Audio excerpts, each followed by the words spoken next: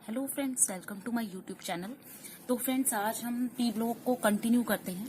तो हमारा P block start था, तो इसके अंदर हमने लास्ट वीडियो तक क्या पढ़े थे स्टूडेंट, फिजिकल ट्रेंड पढ़े थे और कुछ ट्रेंड्स जो रह गए थे हमारे, जो हम इस वीडियो में कंटिन्यू करेंगे। तो स्टूडेंट, हमने पिछली वीडियो में एलोट्रोपी, इलेक्ट्रोनेगेटिविटी, नेचर, आइसोटॉप्स, इन सब के बारे में ऑलरेडी डिस्कस कर चुके थे। तो आज फिजिकल ट्रेंड में हम पढ़ने वाले हैं स्टूडेंट, एटॉमिक रेडियस की बात करेंगे। Atomic radius. तो स्टूडेंट, एटॉमिक रेडियस में हम कौन सी फैमिली पढ़ रहे हैं? हम पढ़ रहे थे नाइट्रोजन फैमिली। ठीक है, nitrogen, phosphorus, arsenic, antimony and the last one is bismuth. ठीक है, तो इनके बारे में स्टूडेंट हम डिस्कस कर रहे थे, इनकी चर्चा जो है हमारी चली हुई थी। ठीक है, तो अब हमने क्या पढ़ना है, एटॉमिक रेडियस की। तो देखो, मैंने आपको बताया था कि जो नाइट्रोजन है साइज में कैसा है, ये थोड़ा छोटा है। ठीक है, साइज में छोटा हुआ, इसका रेडियस देखो, ये न्यूक्लियस है, न्यूक्लियस से रेडियस भी क्या होगा, छोटा होगा। थोड़ा सा बड़ा करेंगे इसको तो क्या होगा, आपका जो रेडियस है वो बड़ा हो जाएगा। ठीक है, तो नाइट्रोजन का रेडियस छोटा, इसका बड़ा, तो लास्ट तक जाते हुए क्या हो जाएगा, जो रेडियस है, एटॉमिक रेडियस है, वो होगा increase due to size increase. ठीक है, साइज बढ़ रहा है, इसलिए रेडियस भी आपका बढ़ रहा है। आगे बात करते हैं स्टूडेंट डेंसिटी की। ठीक है, तो इनकी डेंसिटी कैसी रहती है, आपकी डेंसिटी देखो स्टूडेंट, डेंसिटी आप सबको पता है, मास बाय वॉल्यूम क्या होता है, डेंसिटी। ठीक है, mass by volume, that is known as the density. तो डेंसिटी होती है मास बाय वॉल्यूम। अब देखो स्टूडेंट, जो मास है वो क्या किसके ऊपर डिपेंड रहेगा, टोटली मास जो है डिपेंड रहेगा साइज के ऊपर। अगर साइज बड़ा है तो मास भी क्या होगा, ज्यादा होगा। साइज बढ़ेगा तो मास भी क्या होगा स्टूडेंट, आपका इंक्रीज होगा। इसका मतलब जो डेंसिटी है पूरी तरह से किसके ऊपर डिपेंड थी, मास बाय वॉल्यूम के ऊपर। यानी कि जो डेंसिटी है कंप्लीटली किसके ऊपर डिपेंड है, मास के ऊपर। अब मास बढ़ रहा है स्टूडेंट, जब साइज बढ़ेगा। ठीक है, जब साइज बढ़ेगा तो मास आपका बढ़ेगा, ऑब्वियसली बात है। तो डेंसिटी भी क्या होगी, डेंसिटी इंक्रीज होगी जब साइज इंक्रीज होगा। तो डाउन टू ग्रुप हम क्या देखते हैं, नाइट्रोजन से जब हम बिस्मथ की तरफ आते हैं तो हम क्या देखते हैं, नीचे की तरफ कि साइज जो है वो बढ़ता है। यानी कि ऊपर से नीचे आते हुए साइज इंक्रीज होगा, तो डेंसिटी भी क्या होगी, आपकी डेंसिटी भी इंक्रीज होगी। आगे आता है स्टूडेंट हमारा मेटेलिक करेक्टर। ठीक है, मेटेलिक करेक्टर जब मैंने नेचर करवाया था तभी बता दिया था आपको कि मेटेलिक करेक्टर कैसा रहेगा इसका। स्टूडेंट, मेटेलिक करेक्टर हम ऑलरेडी डिस्कस कर चुके हैं। ठीक है, जो मेटेलिक करेक्टर होता है क्या होता है, नाइट्रोजन का जो मेटेलिक करेक्टर होता है, नाइट्रोजन आप सबको पता है, मैं पहले ही बता चुकी हूँ, नाइट्रोजन और फास्फोरस जो आपके पहले दो मेंबर्स हैं, ये दोनों मेंबर्स कैसे हैं स्टूडेंट, आपके नॉन मेटल हैं। ठीक है, वीडियो स्टार्ट करने से पहले फर्स्ट लेक्चर में मैंने इनका नेचर बताया था आपको। और उसके बाद जो आर्सेनिक थे, आर्सेनिक और आपका antimony, these both are the metalloid. ठीक है, मेटलॉइड थे। And the last one bismuth, that is poor metal. ठीक है, इसके बारे में हम ऑलरेडी डिस्कस कर चुके हैं जब हमने वीडियो को स्टार्ट किया था। अब देखो हमने क्या देखा, जो मेटेलिक करेक्टर है डाउन द ग्रुप क्या हो रहा है, पहले तो नॉन मेटल था, बीच में आके स्टेबल हो गया, मेटलॉइड बन गया, लास्ट में आके क्या बन गया, ये मेटल।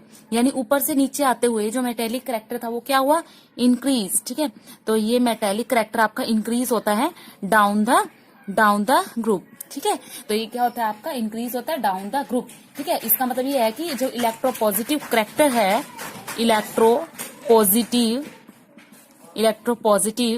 करेक्टर, ठीक है, इलेक्ट्रोपॉजिटिव करेक्टर वो भी क्या होगा, आपका इंक्रीज। ठीक है, या फिर दूसरे वे में कह सकते हैं कि इलेक्ट्रोनेगेटिव करेक्टर जो है वो क्या होता है, आपका डिक्रीज। सबसे ज्यादा इलेक्ट्रोनेगेटिव कौन है, नाइट्रोजन, पहले हम डिस्कस कर चुके हैं। और सबसे ज्यादा इलेक्ट्रोपॉजिटिव कौन है, बिस्मथ है। कारण क्या है स्टूडेंट, आपका डाउन द ग्रुप जाएंगे, मेटेलिक करेक्टर क्या हो रहा है, इंक्रीज। ठीक है, तो ये आपकी प्रॉपर्टी थी, कुछ ट्रेंड थे। मेल्टिंग पॉइंट, बॉइलिंग पॉइंट पढ़ते हैं।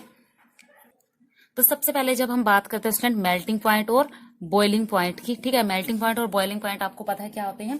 ठीक है, अगर हम बात करते हैं मेल्टिंग और बॉइलिंग पॉइंट की, ये इंक्रीज होता है नाइट्रोजन से लेके आर्सेनिक तक। ठीक है, नाइट्रोजन से आर्सेनिक तक क्या होता है, ये इंक्रीज होता है। ठीक है, आफ्टर दैट अगर हम बात करते हैं बिस्मथ तक, ठीक है, अप टू बिस्मथ, ये क्या होता है स्टूडेंट, डिक्रीज होता है। इसका कारण क्या है, कारण ये है कि जो बिस्मथ है या अप टू बिस्मथ तक के जो एलिमेंट्स है ना, वो क्या होते हैं, आपका लो मेल्टिंग पॉइंट शो करते हैं, क्योंकि उनके पास जो बॉन्ड, मेटेलिक बॉन्ड होता है वो होता है वीक मेटेलिक बॉन्ड। ठीक है। तो देखो यहाँ से आपका क्या होना शुरू हो जाता है, डिक्रीज, और यहाँ पे क्या होता है आपका इंक्रीज। अब जो N2 है ना, N2 की अगर हम बात करते हैं तो जो आपका N2 है ना, नाइट्रोजन है, ये स्मॉल साइज का है, ठीक है, और गैस की फॉर्म में है, ठीक है, गैस की फॉर्म में है, ठीक है। और ये मूविंग डाउन द ग्रुप क्या होता है, मोलिकुलर साइज जो है इसका इंक्रीज होता है, मोलिकुलर साइज जो होता है इसका इंक्रीज होता है, ठीक है। तो इसलिए जो मैग्नीट्यूड होता है वंडरवाल फोर्सेस ऑफ अट्रैक्शन का, वो इंक्रीज होता है, ठीक है, जिसकी वजह से इनका मेल्टिंग पॉइंट भी क्या हो जाता है, इंक्रीज हो जाता है। ये चीज याद रख लेना, ठीक है। नोट करना चाहते हो तो नोट कर लो। बहुत ही इंपॉर्टेंट ट्रेंड है स्टूडेंट आपका ये मेल्टिंग पॉइंट का, ठीक है। मेल्टिंग पॉइंट जब मूविंग डाउन द ग्रुप क्या होता है, मूविंग डाउन द ग्रुप जो मोलिकुलर साइज है वो इंक्रीज होता है, इसलिए जो मैग्नीट्यूड होता है वंडरवाल फोर्सेस ऑफ अट्रैक्शन का, that is also goes to increase, तो वो भी क्या होता है आपका, इंक्रीज होता है, इसलिए मेल्टिंग पॉइंट भी क्या होता है आपका, इंक्रीज होता है। स्टूडेंट यहाँ पर जो ये एक्सेप्शन है, कुछ बच्चे ये सोचेंगे नाइट्रोजन गैस है, तो गैस होने की वजह से उसका जो कैरेक्टर है वो कैसा होगा, तो यहाँ पे कुछ उल्टा है, इसको ध्यान से पढ़ना स्टूडेंट आपने। सेम ट्रेंड ये रहेगा आपका बॉइलिंग पॉइंट पे, ठीक है। जो ट्रेंड इसका मेल्टिंग पॉइंट पे है, सेम ट्रेंड किस पे रहेगा स्टूडेंट आपका, बॉइलिंग पॉइंट पे, ठीक है। तो मेल्टिंग पॉइंट भी आपका इंक्रीज होता है एसिनिक तक, उसके बाद डिक्रीज होता है, और जो बॉइलिंग पॉइंट होता है स्टूडेंट ये भी आपका क्या होता है, इंक्रीज डाउन द ग्रुप, ठीक है।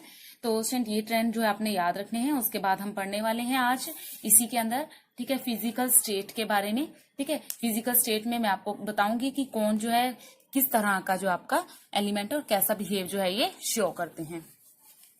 तो सबसे पहले देखो फिजिकल ट्रेंड में हम पढ़ते हैं नाइट्रोजन, ठीक है, नाइट्रोजन की बात करते हैं फिजिकल ट्रेंड में, ठीक है। फिजिकल ट्रेंड यानी कि इसका फिजिकल जो नेचर है वो कैसा है, या फिजिकल स्टेट, ठीक है। तो सबसे पहले नाइट्रोजन की बात करते हैं, दैट इज गैस। सबसे पहले नाइट्रोजन जो रूम टेम्परेचर पर क्या है, N2 की फॉर्म में जो मिलता है हमें, गैस है, ठीक है। जबकि जो अदर एलिमेंट है वो क्या है, सॉलिड है। अदर एलिमेंट क्या है स्टूडेंट, सॉलिड है, मैंने स्टार्टिंग में ही बता दिया था आपको इनका नेचर, ठीक है। तो ये सॉलिड है, तो देखो अब उनकी फिजिकल स्टेट क्या बनेगी, वो तो हो गई सॉलिड रूम टेम्परेचर पे, लेकिन N2 क्या है, गैस है। कारण क्या है, N2 गैस क्यों है, क्वेश्चन पूछा जाता है, व्हाई N2 इज गैस, ठीक है। बिल्कुल सिंपल सा आपने आंसर देना है, due to absence of D orbital, ठीक है। डी ऑर्बिटल N2 में क्या है, मिस है, एब्सेंस है ही नहीं, ठीक है। तो जो नाइट्रोजन है वो बनाता है आपका पी पाई, क्या बनाता है, पी पाई, जबकि अदर एलिमेंट क्या बनाते हैं, पी पाई डी पाई, ठीक है, due to the present of D orbital, जबकि एन के पास तो डी ऑर्बिटल है ही नहीं, that's why this make P pi and this is the room temperature पर क्या है, दिस इज द गैस, ठीक है। और ये नाइट्रोजन एक ये कारण भी है इसका, जो नाइट्रोजन है ये मल्टीपल बॉन्ड बना सकता है, नाइट्रोजन के साथ मल्टीपल बॉन्ड बना सकता है, वहां पर भी आपका यही रीजन जो है काउंट होने वाला है। तो स्टूडेंट इसका स्मॉल साइज है नाइट्रोजन का, ठीक है। नोबल गैस फैमिली में अगर ये बात करते हैं, इसकी काउंट करते हैं नाइट्रोजन को, ठीक है। डी ऑर्बिटल जो होता है इसके अंदर क्या होता है, एब्सेंस होता है, स्मॉल साइज होता है। और नोबल गैस कॉन्फ़िगरेशन में अगर हम देखें नाइट्रोजन एटम को, तो हम क्या देखेंगे, इसके अंदर डी ब्लॉक है ही नहीं, डी एलिमेंट के अंदर इसका एक भी ऑर्बिटल जो है वो नहीं जाएगा, एक भी ऑर्बिटल डी का नहीं है, ठीक है। तो जो फास्फोरस है या अदर एलिमेंट है उनके पास भी डी ऑर्बिटल खाली है, लेकिन उनका साइज कैसा है, लार्ज है, ठीक है। जबकि इसका साइज कैसा है स्टूडेंट्स, स्मॉल साइज है, ठीक है। तो इसलिए वो अपनी वैलेंसी से सेटिस्फाई है साइज बड़ा होने के कारण, लेकिन ये अपनी वैलेंसी से सेटिस्फाई नहीं है। कारण क्या है, कारण ये है स्मॉल साइज है, ठीक है। तो ये इसकी फिजिकल स्टेट हो गई। फिजिकल स्टेट एलोट्रोपी के बारे में हम ऑलरेडी पढ़ चुके थे, डेंसिटी पढ़ ली हमने, मेल्टिंग पॉइंट, बॉइलिंग पॉइंट पढ़ लिया हमने, ठीक है। और स्टूडेंट इसकी और क्या क्या थी हमारी, एटॉमिक साइज पढ़ लिया हमने, आयनिक साइज पढ़ लिया, एटॉमिक वाला ही ट्रेंड रहेगा आयनिक साइज में, ठीक है। और साथ साथ इलेक्ट्रोनेगेटिविटी पढ़ ली हमने, मेटेलिक करेक्टर पढ़ लिया हमने। तो स्टूडेंट मोस्टली आपका जो है ये कंप्लीट हो गया फिजिकल ट्रेंड, ठीक है। फिजिकल ट्रेंड जो है हमारा ये फिनिश हो गया, ठीक है। तो उसके अलावा अब हमारा जो है केमिकल जो है ट्रेंड बचे हैं, तो केमिकल ट्रेंड के लिए हम अगले वीडियो में पढ़ेंगे केमिकल ट्रेंड। लेकिन उससे पहले एक क्वेश्चन है आज का, इस क्वेश्चन को जरूर नोट कीजिएगा स्टूडेंट, काफी इंपॉर्टेंट क्वेश्चन है आपका। रीजनिंग क्वेश्चन देखो स्टूडेंट, पी ब्लॉक में पक्का पूछे जाते हैं। यदि आपको पी ब्लॉक के रीजनिंग क्वेश्चन चाहिए, तो पीडीएफ चाहिए उसका, तो आप मुझे कमेंट बॉक्स में जरूर लिखिएगा, मैं आपको रीजनिंग क्वेश्चन की सारी पीडीएफ प्रोवाइड करूंगी। तो देखो स्टूडेंट क्वेश्चन आ जाता है आपका, single NN bond is weaker, ठीक है, then सिंगल PP बॉन्ड, ठीक है, वाई। अब देखो यहाँ पर क्या कह रहा है, वो यहाँ कह रहा है कि जो नाइट्रोजन है वो नाइट्रोजन के साथ जब सिंगल बॉन्ड बनाता है, ठीक है, तो वो क्या काउंट होता है, वो काउंट होता है वीक। लेकिन यदि फास्फोरस के साथ सिंगल बॉन्ड बनाता है तो वो क्या काउंट होता है स्टूडेंट, वो काउंट होता है स्टूडेंट आपका स्ट्रॉन्ग। यानी कि ये तो वीक है और ये क्या है, स्ट्रॉन्ग है, ठीक है। तो हम इसका आंसर देंगे कि जब भी सिंगल बॉन्ड नाइट्रोजन की बात करते हैं तो जो नाइट्रोजन है इसके पास अपना खुद का क्या है, एक लोन पेयर है, ठीक है, लोन पेयर है, 3 बॉन्ड बना सकता है ये, ठीक है, 3 बॉन्ड पेयर है, एक लोन पेयर है, ठीक है। तो जो लोन पेयर है ना वो एक दूसरे को रिपेल करते हैं, ठीक है, नाइट्रोजन के केस में, ठीक है। नाइट्रोजन के पास 2p ऑर्बिटल है, नाइट्रोजन के पास 2p ऑर्बिटल है, ठीक है, जबकि फास्फोरस के पास 3p ऑर्बिटल है। कैसा ऑर्बिटल है स्टूडेंट, 3p ऑर्बिटल है, ठीक है। तो जो 2p की रिपल्शन होगी, ठीक है, 3 जो ऑर्बिटल है आपका 3p, वो लेस रिपल्शन होगी 3p ऑर्बिटल में, ठीक है, किसकी अपेक्षा, 2p की अपेक्षा, ठीक है, 2p की अपेक्षा 3p में रिपल्शन क्या होगी स्टूडेंट, लेस होगी, लेस रिपल्शन, ठीक है। और ये तो शो करता है फास्फोरस, और ये क्या शो करता है आपका, कौन शो करता है, ये आपका नाइट्रोजन, ठीक है। तो देखो लेस रिपल्शन होगी between 3p orbital electron than 2p orbital electron, इसलिए जो n सिंगल बॉन्ड n है वो क्या है आपका, वीक है, ठीक है, बाय इलेक्ट्रॉनिक रिपल्शन, ठीक है, बिटवीन द लोन पेयर।